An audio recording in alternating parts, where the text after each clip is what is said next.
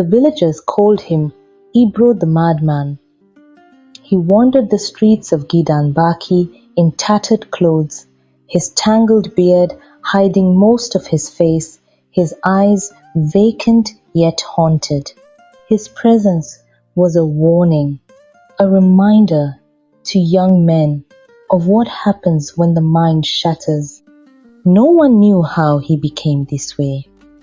Some said he had once been a scholar, others claimed he had been cursed by the gods for an unspeakable crime. Children threw stones at him, women whispered prayers when he passed. He lived in an abandoned hut at the edge of the village, a place where only the wind dared to knock. For years, he was nothing more than a ghost among the living, until the night the crying began. At first, the villagers thought it was a cat or a lost goat, but the wailing continued, piercing the silence of the midnight air. It came from the madman's hut. No one dared to go near. They whispered in fear, had he captured a child? Had he finally gone completely insane? For days, the cries persisted, until one evening, a brave woman named Hawa crept toward the hut. What she saw sent a shiver down her spine. There, on the floor, wrapped in a filthy cloth, was a baby girl. Ibro sat beside her, staring blankly at the wall, rocking back and forth. The child's face was smeared with dirt, her tiny fists trembling from hunger. But it was her eyes that unsettled Hawa the most. They were strikingly bright, as if the entire universe had been trapped in them. "Who is this child?" Hawa demanded, but Ibro only mumbled incoherent words. The villagers gathered, horrified and confused. How could a madman have a child?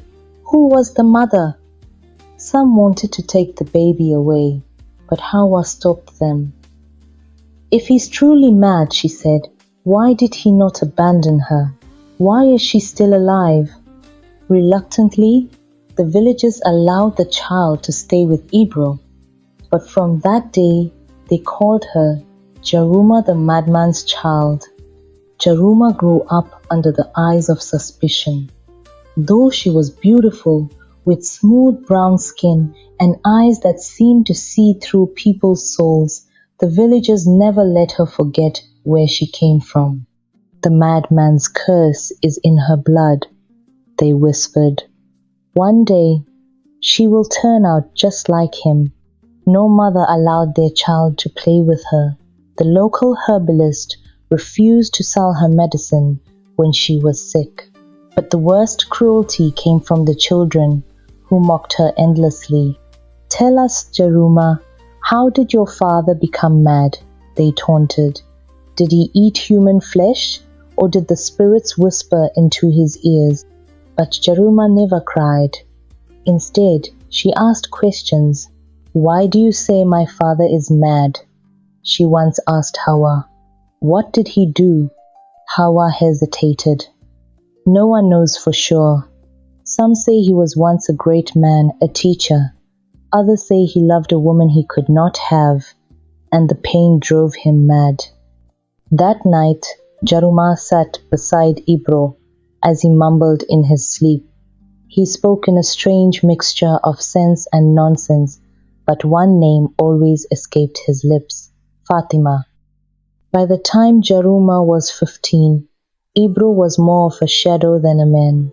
He barely spoke, he barely ate, but he never stopped watching over her. One night, Jaruma dreamt of a woman tall and graceful, with a gentle smile. She was running through the forest, her hands clutching a newborn child. Behind her, men with torches shouted her name, Fatima. Jaruma woke up gasping. She had never met her mother, never even seen a picture of her, but something deep inside her told her that the woman in her dream was real. And if she was real, it meant the village had been lying to her all along. Determined to find the truth, she began searching Ibro's hut. She found nothing but old rags and broken calabashes until she lifted a loose floorboard and saw a bundle wrapped in a faded cloth. Inside were letters, yellowed with age. Carefully, she unfolded them. The first one read, "My dearest Ebro, I cannot run any longer. They will find me soon. If I do not make it, promise me you will protect our daughter. Her name is Jaruma. She belongs to you." Another letter read, "Jaruma, my daughter, I know you must be very confused about your life. But if you ever find this letter, I want you to go to Hawa. She will tell you everything." The letter was signed, Fatima. Jaruma's hands trembled. Her mother had been alive when she was born. But why had she run? Why had the village never spoken of her? She rushed to Hawa, demanding answers. The old woman sighed deeply. "Your mother was Fatima, the chief's daughter. She was promised to Al-Haji Bala, a rich merchant, but she fell in love with Ebro instead. When her father discovered the affair, he was furious. The punishment was swift and merciless. He called upon malams and mystics, men who knew the language of ancient spirits, and they cast a spell upon Ebro, locking his mind in endless torment. But even in his madness, something in him refused to die, his love for Fatima. When Fatima learned of her father's wickedness, she was filled with rage. But her anger turned to fear when she discovered she was pregnant. In Gidanbaki, an unmarried woman carrying a child was a crime worthy of death. She could not return home. She could not seek help. She had only one choice, to run. With the help of her only true friend, Hawa, she hid in the forest, waiting for the child to be born. She did not cry when the pains of labor overtook her. She did not scream when the baby tore into the world. She only looked into the child's eyes and whispered, "You will not die for my sins." But she could not keep her baby. Staying in Gidanbaki meant certain death. The only person she could trust was the man she had lost. One stormy night, under the cover of darkness, Fatima crept into Ebro's hut.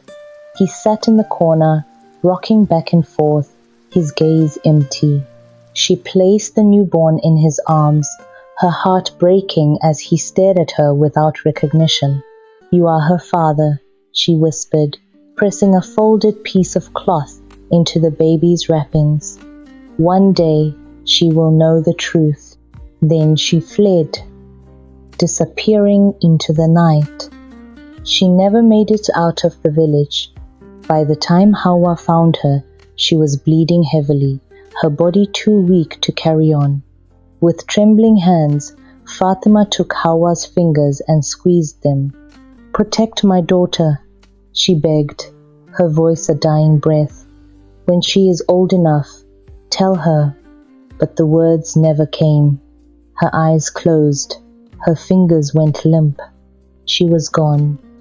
The old woman wept as she told the story of Fatima's love, of her father's cruelty, of the spell that had turned Ebro into a madman.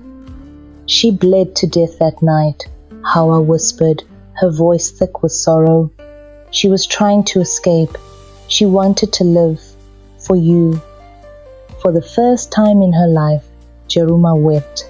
Then she wiped her tears and rose to her feet. "I will not let her die in vain." The next morning, Jaruma stood in the village square, her voice ringing like a war drum. "My grandfather is a murderer," she declared. "He cursed my father and killed my mother, and all of you watched." Gasps filled the air. The chief, now old and weak, staggered from his seat. "Lies," he bellowed. "She is the daughter of a madman. Do not listen to her." But Jaruma was ready. She held up the letter, waving it for all to see. "This is my mother's handwriting," she said. Hawa, tell them the truth. Hawa stepped forward. It is true, she said. I saw Fatima die. I saw the chief's men chasing her. I saw her last breath. Murmurs of shock rippled through the crowd. The elders looked at the chief with disgust. Did you do this? One of them asked. Did you curse an innocent man? The chief trembled. I did what I had to do. No, Jaruma spat. You destroyed lives for your pride, but today I will restore what you stole. She turned to Ibro. Baba, do you know me? She asked, tears in her eyes. For a long moment, there was silence. Then, slowly, Ibro reached out and touched her face. His fingers brushed against her cheek, as if feeling something long forgotten. Fatima, he whispered, his eyes clearing for the first time in years. My Fatima. No, Baba, Jaruma said softly. I am your daughter. A single tear rolled down his cheek, and then, like a man waking from a deep slumber, Ibro straightened. He turned to the chief, his voice no longer that of a madman, but of a man reborn. You tried to bury me, he said, his voice steady, but you only made me stronger. That day, the chief was cast out of Gidanbaki, his sins too great to be forgiven, and in his place, the village embraced the man they had shunned for years. The seasons changed. The wind carried away old whispers and brought new ones whispers of healing, of forgiveness, of love that could not be broken. Ibro, once the madman, became the village's most respected healer. His mind, though scarred, had found peace. Jaruma, no longer the child of a curse, grew into a woman of great wisdom. She carried her mother's name with pride, and when she walked, the village did not whisper in scorn, but in admiration. And Hawa, the woman who had kept the truth alive, was no longer just a friend of Fatima. She was a mother to Jaruma, a sister to Ibro, and a keeper of history. The story of the madman's child became a legend not of shame, but of strength. And in the quiet of the night, beneath the same mango tree where it all began, Jaruma would sit with her father, listening to the stories of the past and smiling toward the future. Please don't forget to subscribe, like, and comment.